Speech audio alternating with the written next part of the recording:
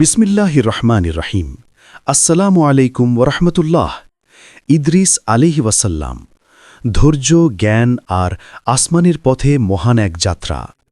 প্রিয় ভাই বোন বন্ধুগণ, মানব ইতিহাসের এক মহান নবীর নাম ইদ্রিস আলাইহি ওয়াসাল্লাম। তিনি ছিলেন মানবজাতির দ্বিতীয় নবী। আদম আলাইহি ওয়াসাল্লামের পর পৃথিবীতে আল্লাহ কর্তৃক পাঠানো রহমতের আলো। কোরআনে তার নাম 4 বার এসেছে, আর তার সম্পর্কে আল্লাহ বলেছেন, তিনি ছিলেন সিদ্ধান্তে অটল, সত্যনিষ্ঠ এবং অত্যন্ত মর্যাদাবান। ইদ্রিস আলাইহি ওয়াসাল্লামের জীবনী শুধু একটি গল্প নয়, এটি ধৈর্য, জ্ঞান, তাকওয়া, ত্যাগ এবং আল্লাহর নৈকট্য অর্জনের চরম উদাহরণ। তার জীবন আমাদের শেখায়, মানুষ যত কষ্টেই থাকুক, আল্লাহর দিকে যদি ফিরে যায়, তবে জীবন আপনাতেই আলোকিত হয়ে উঠবে। আদম আলাইহি ওয়াসাল্লামের বংশধর, এক পবিত্র সূচনা। ইদ্রিস আলাইহি ওয়াসাল্লাম ছিলেন আদম আলাইহি ওয়াসাল্লামের 7ম প্রজন্ম। তার পিতা ছিলেন ইয়ারিদ, আর তার দাদা ছিলেন মাহলাঈল, যিনি তার সময়ে সবচেয়ে নেককার মানুষদের একজন ছিলেন। বাল্যকাল থেকেই ইদ্রিস আলাইহি ওয়াসাল্লামের হৃদয় ছিল আল্লাহর ভয় ও ভক্তিতে পরিপূর্ণ। মানুষ যেখানে দুনিয়ার কাজে ব্যস্ত, তিনি মন দিতেন জ্ঞানচর্চায়, ইবাদতে এবং মানুষের কল্যাণে। আল্লাহ তাকে নবুয়তের দায়িত্ব দেন এমন সময় যখন পৃথিবীতে আবার পাপাচার বৃদ্ধি পাচ্ছিল। আদম আলাইহি ওয়াসাল্লামের মৃত্যুর পর কিছু সময় মানুষ নেককার ছিল, কিন্তু সময়ের সাথে সাথে শয়তানের ফাঁদে পড়ে তারা ভুল পথে হাঁটতে শুরু করে। মানুষ মূর্তি গড়তে থাকে, অহংকার বেড়ে যায়, জুলুম ছড়িয়ে পড়ে। ঠিক সেই সময় আল্লাহ ইদ্রিস আলাইহি ওয়াসাল্লামকে পাঠালেন পথপ্রদর্শক হিসেবে। ইদ্রিস আলাইহি ওয়াসাল্লামের নবুয়াত সত্যের দিকে মানুষের পথ নির্দেশ। ইদ্রিস আলাইহি ওয়াসাল্লাম আল্লাহর পাঠানো নির্দেশ নিয়ে মানুষের সামনে দাঁড়ালেন এবং বললেন, হে আমার জাতি, এক আল্লাহকে ভয় করো, তার ইবাদত করো, তার সীমা অতিক্রম করো না, অন্যায় বন্ধ করো, সত্যের উপর দৃঢ় থাকো। তিনি মানুষকে 3টি বিষয়ের প্রতি বেশি গুরুত্ব দিতে বলতেন: আল্লাহর প্রতি ঈমান, সৎচরিত্র, মানুষের প্রতি দয়া ও ন্যায্যতা। মানুষ তার কথায় প্রভাবিত হলেও সবাই পথ অনুসরণ করেননি। অনেকেই তাকে কষ্ট দিয়েছে, উপহাস করেছে। কিন্তু ইদ্রিস আলাইহি ওয়াসাল্লাম কখনো রাগ করেননি। তার চরিত্র ছিল সমুদ্রের মতো প্রশান্ত। লেখাপড়ার সূচনা, ইদ্রিস আলাইহি ওয়াসাল্লামের ঐতিহাসিক অবদান। ইতিহাসে বর্ণিত আছে, ইদ্রিস আলাইহি ওয়াসাল্লামই প্রথম মানুষকে লিখতে ও কলম ব্যবহার করতে শেখান। আল্লাহ তাকে জ্ঞানের দরজা উন্মুক্ত করে দেন। তিনি মানুষকে লেখাপড়া, গণিত, হিসাব, চিকিৎসা, সেলাই, ঘোড়া প্রশিক্ষণ এসব গুরুত্বপূর্ণ কাজ শেখান। ইদ্রিস আলাইহি ওয়াসাল্লামের নাম ইদ্রিস হওয়ার কারণও এই, তিনি ছিলেন অত্যন্ত অধ্যয়নশীল। দারাস মানে চর্চা করা, সেখান থেকে ইদ্রিস। তিনি দিনরাত শিখতেন, শিখাতেন, জ্ঞান, বিচার বুদ্ধি, ন্যায়বোধ প্রচার করতেন। তিনি প্রথম মানুষকে সেলাইয়ের কাজ শিখিয়েছিলেন। তার যুগে মানুষ পশুর চামড়া জড়িয়ে থাকত। ইদ্রিস আলাইহি ওয়াসাল্লাম সুই সুতার ব্যবহার শিখিয়ে কাপড় তৈরি করেন। তার এই উপহার মানব সভ্যতার ইতিহাসে বিশাল পরিবর্তন নিয়ে আসে। আল্লাহর বিশাল নেয়ামত, নবীর মর্যাদা ও প্রজ্ঞা। আল্লাহ কুরআনে ইদ্রিস আলাইহি ওয়াসাল্লামের প্রশংসা করে বলেন, তিনি ছিলেন সত্যবাদী নবী। সূরা মারিয়াম, আয়াত 56-57। আল্লাহ তাকে বিশেষ সম্মান দিয়ে বলেন, আমি তাকে উচ্চ মর্যাদায় উন্নীত করেছি। এটি এমন এক সম্মান যা কেবল গুটি কয়েক নবী ছাড়া কেউ অর্জন করতে পারেননি। সমাজের ন্যায় প্রতিষ্ঠা, মন্দের বিরুদ্ধে সংগ্রাম। ইদ্রিস আলাইহি ওয়াসাল্লামের সময় শয়তানের অনুসারীরা সমাজে অশান্তি ছড়িয়ে দিচ্ছিল। লাইলা নামে একটি গোষ্ঠী ছিল যারা জুলুম করত, মদ পান করত এবং মারামারি, হত্যা করত। ইদ্রিস আলাইহি ওয়াসাল্লাম তাদের বিরুদ্ধে কঠোর অবস্থান নিলেন। তিনি সৎ মানুষদের নিয়ে সংগঠিত হলেন এবং সমাজের নিরাপত্তা ফিরিয়ে আনলেন। তিনি প্রথম মানুষকে যুদ্ধ করার কৌশল শেখালেন, অবশ্যই আল্লাহর পথে নিরপরাধদের রক্ষার জন্য। ইতিহাসে উল্লেখ আছে তিনি প্রথম ঘোড়াকে যুদ্ধের জন্য ব্যবহার করেন।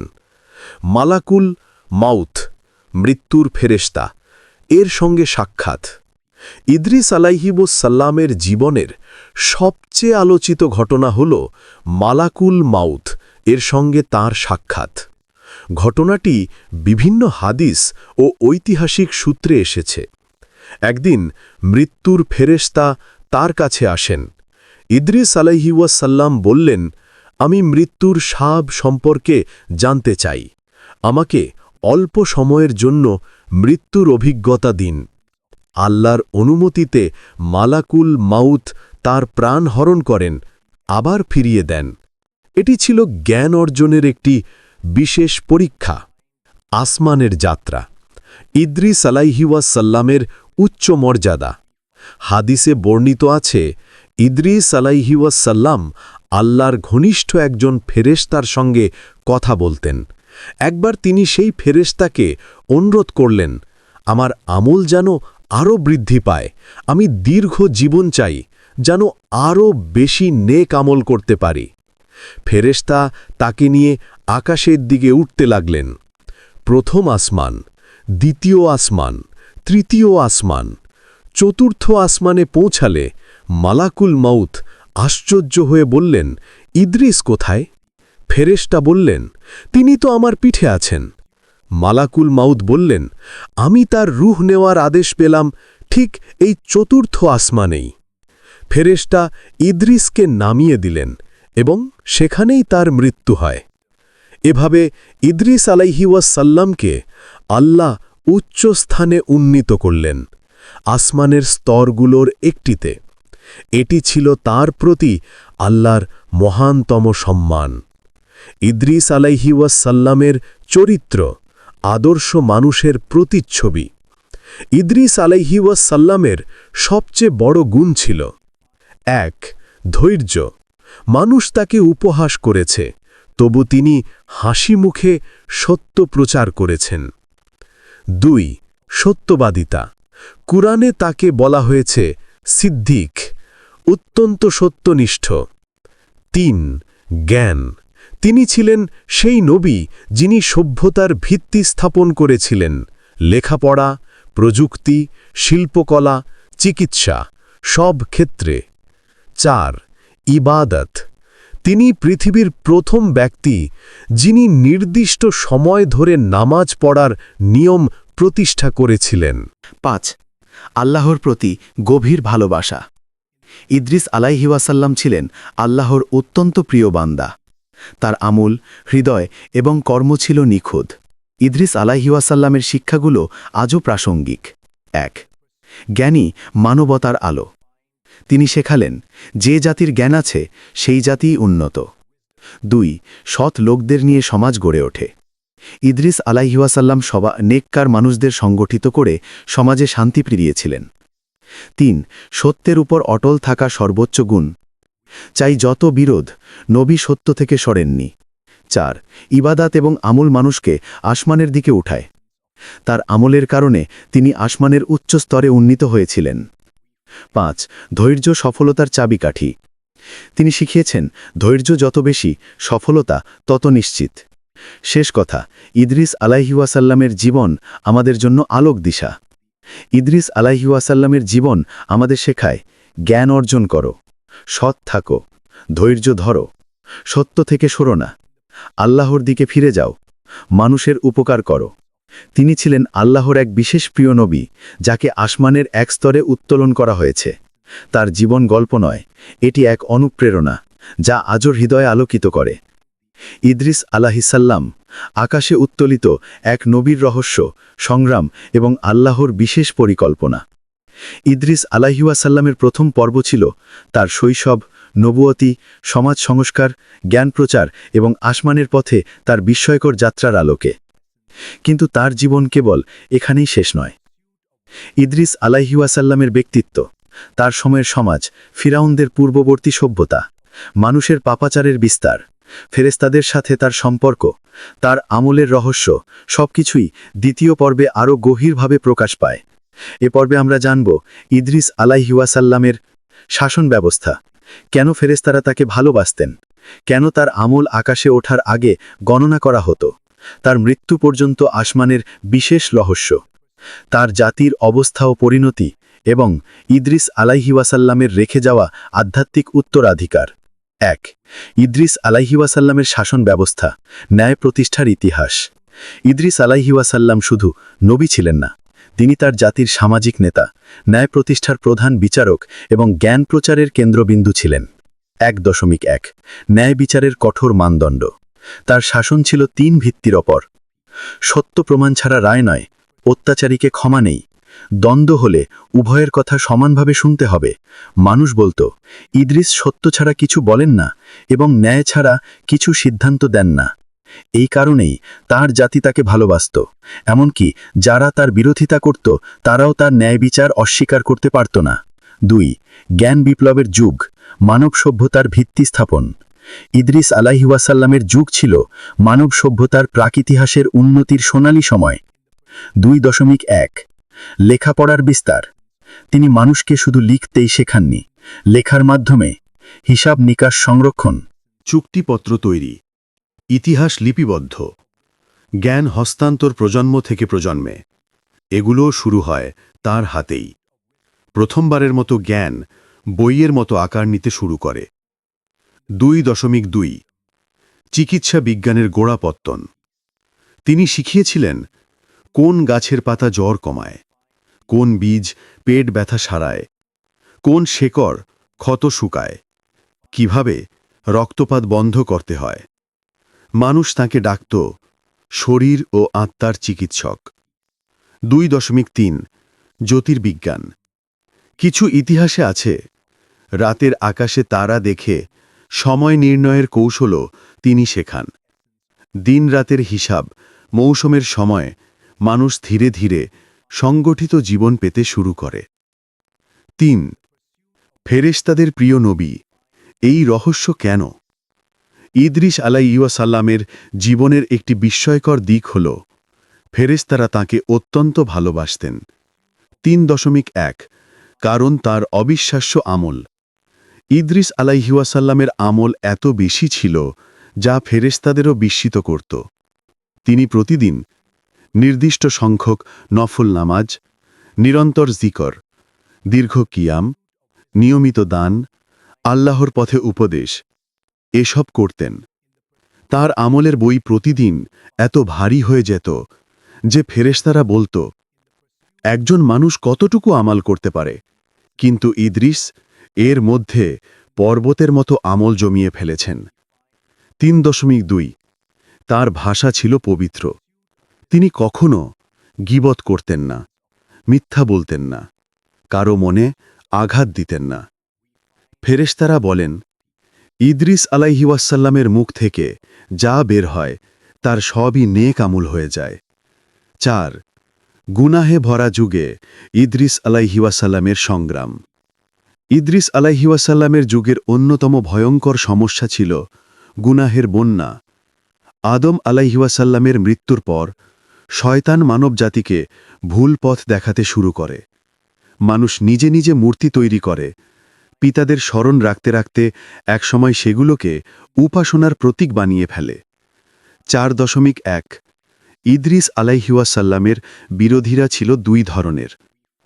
বদকার গোষ্ঠী, যারা জুলুম, মদ্যপান, ব্যভিচার করত। শয়তান প্রভাবিত গোষ্ঠী, যারা মানুষকে মূর্তি পূজায় ডাকত। ইদ্রিস আলাইহিওয়াসাল্লামের দাওয়াত ছিল আকাশের মতো নির্মল, তার কণ্ঠে ছিল সত্যের শক্তি, কিন্তু সব মানুষ সেই সত্য গ্রহণ করেনি। ৫. সংগ্রামের সিদ্ধান্ত, সৎ মানুষদের একত্রিত করা। ইদ্রিস আলাইহিওয়াসাল্লাম বুঝলেন, সৎ মানুষদের একত্রিত না করলে সমাজ সংস্কার অসম্ভব।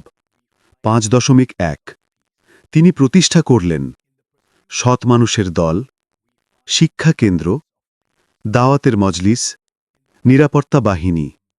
এই দলগুলো সমাজে ন্যায় অনুরোধের কাজ শুরু করে। ৫.২ প্রথম যুদ্ধ।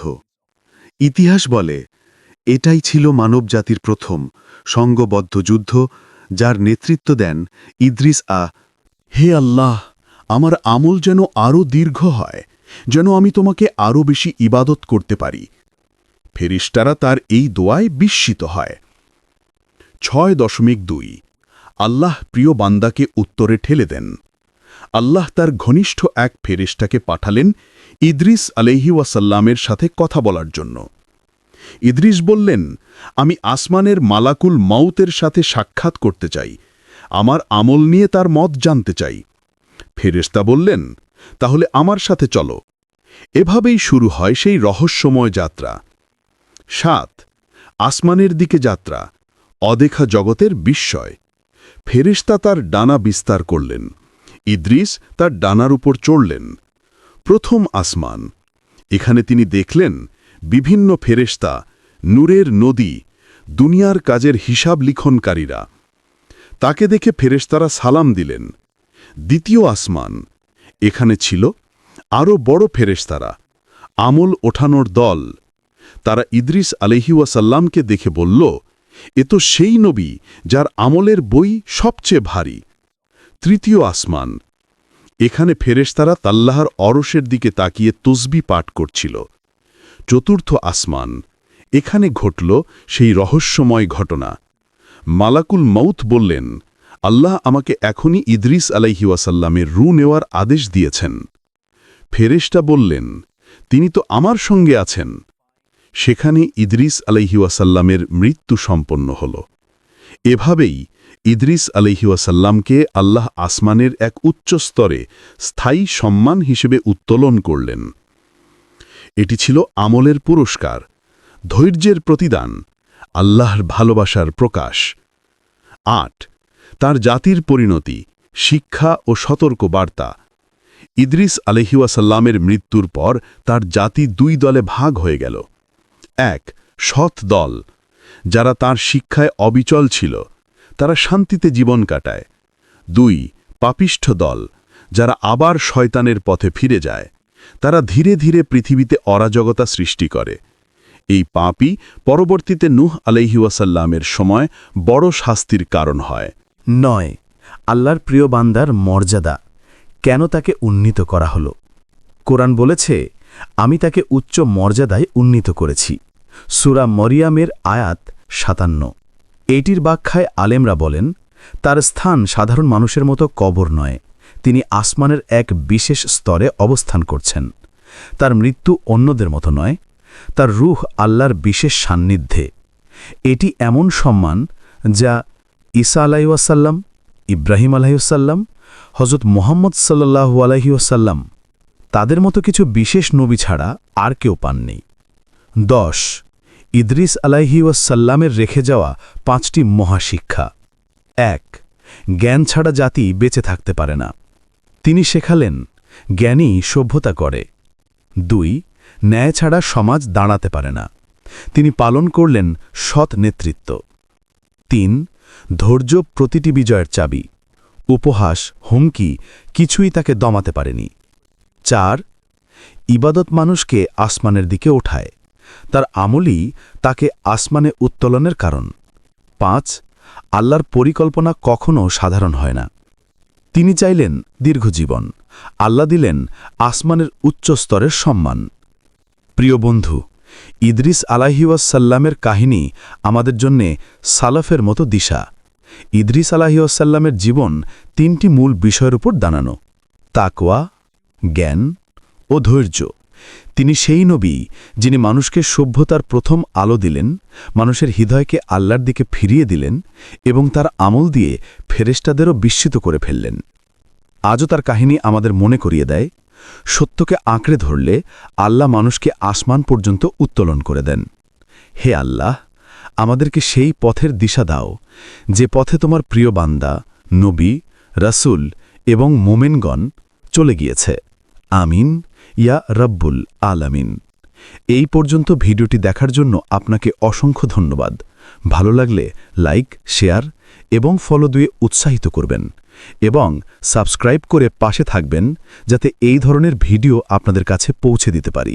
এরকম ভিডিও দেখে আমাদের অন্তরাত্মাকে পরিশুদ্ধ করতে পারি। আসসালামু আলাইকুম ওয়া রাহমাতুল্লাহি ওয়া বারাকাতুহু।